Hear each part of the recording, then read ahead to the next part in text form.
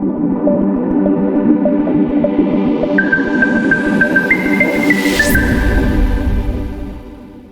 agorafobia, na classificação antiga, pessoal, ela vinha junto com o transtorno de pânico. Ele era um especificador, que seria um transtorno de pânico. Quem não viu, só voltar aqui no nosso canal que está lá, com ou sem agorafobia. Traduzindo, não identificavam como uma patologia à parte. E na classificação nova, isso foi mudado e ela passou a ser uma patologia à parte. E eu concordo que eu vejo isso no consultório e vou explicar por quê.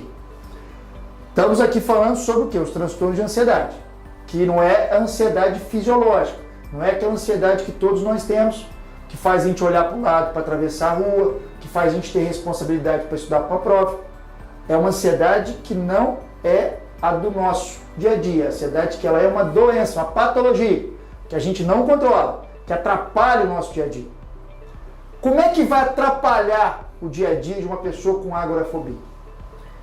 É a mesma crise do transtorno de pânico, mesma do transtorno de ansiedade social que a gente conversou, porém ela está ligada a duas ou mais situações onde a pessoa que apresenta esses sintomas tem um medo excessivo de ter uma crise de pânico, passar mal em locais que ele entende como inseguro, do tipo locais com multidão, fila, transporte público, no trem, no metrô, sair sozinho de casa, estar em locais abertos, onde longe de situações onde ele entende que é seguro.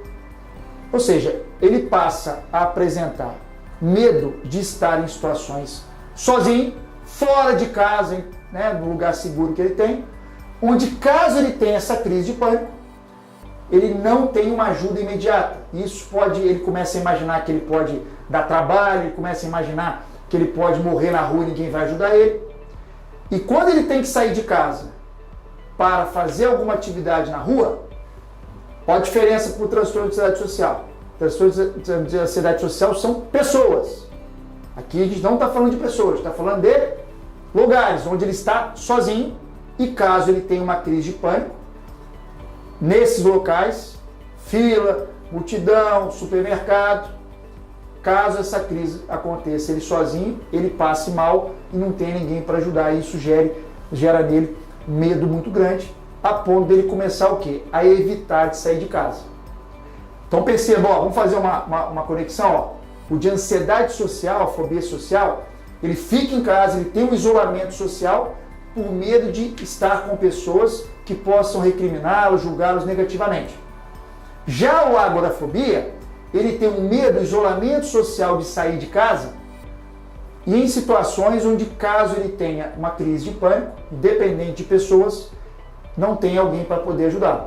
Então, é uma pessoa que cada vez vai ficando mais restrita. Diferença do transtorno de pânico.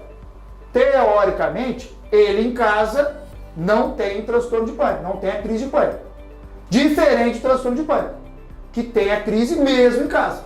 Porque no transtorno de pânico a diferença é que não tem o estímulo conhecido. Já na agorafobia, só acontece em situações externas e tem que ser duas ou mais dessas, né?